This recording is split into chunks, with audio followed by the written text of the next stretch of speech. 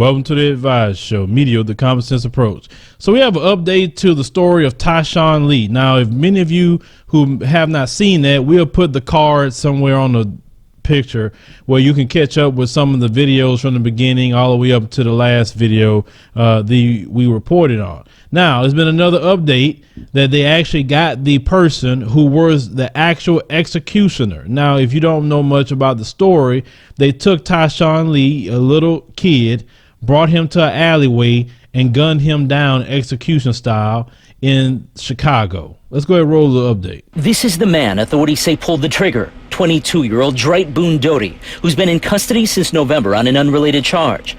The murder of Tyshawn Lee described by authorities as an execution, a cold, calculated takedown of a 9-year-old. Police say Tyshawn was lured from a playground into an alley where he was shot repeatedly.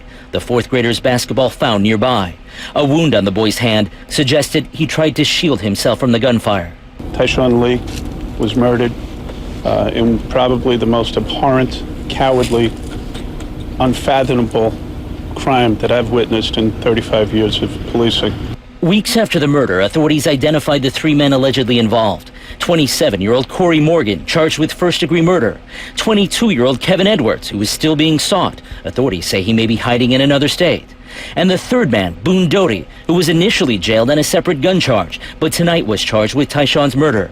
The alleged motive, gang retaliation. Prosecutors say Tyshawn's father is a member of a rival gang.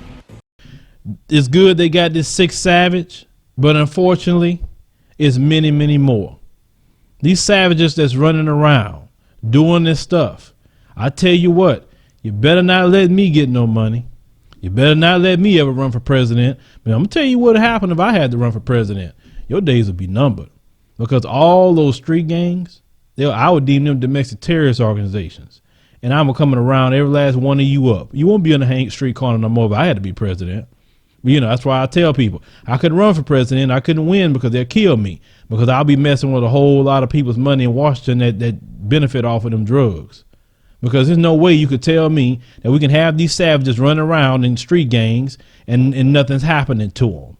Oh, well, they have their rights. You don't have no rights when you're terrorizing people. When you're shooting kids in the middle of the doggone street, or you're pulling kids from a playground and shooting them to get retaliation at the father. Well, you know what? If you got an issue with the father, go talk to him. Go deal with him. Don't sit up here and do this mess to his child.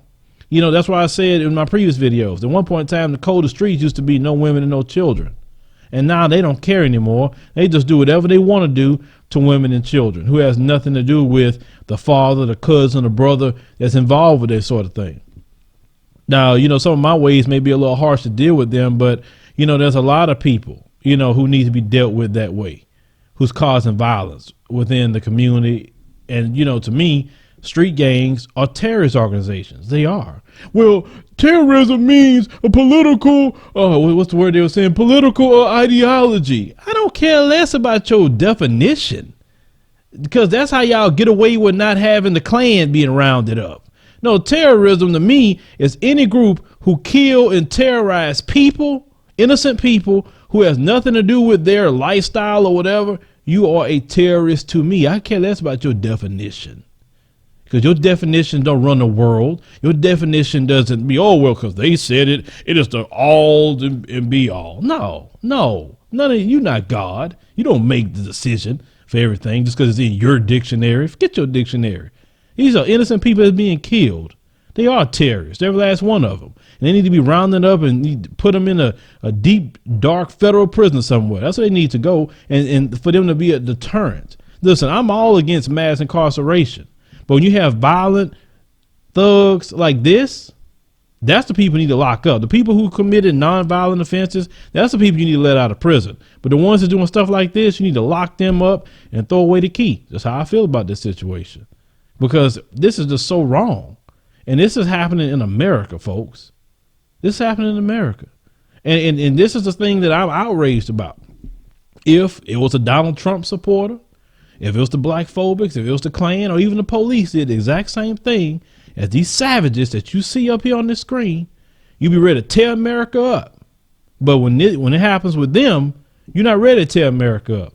And that's what I do. I will call it all out, whether you like it or not.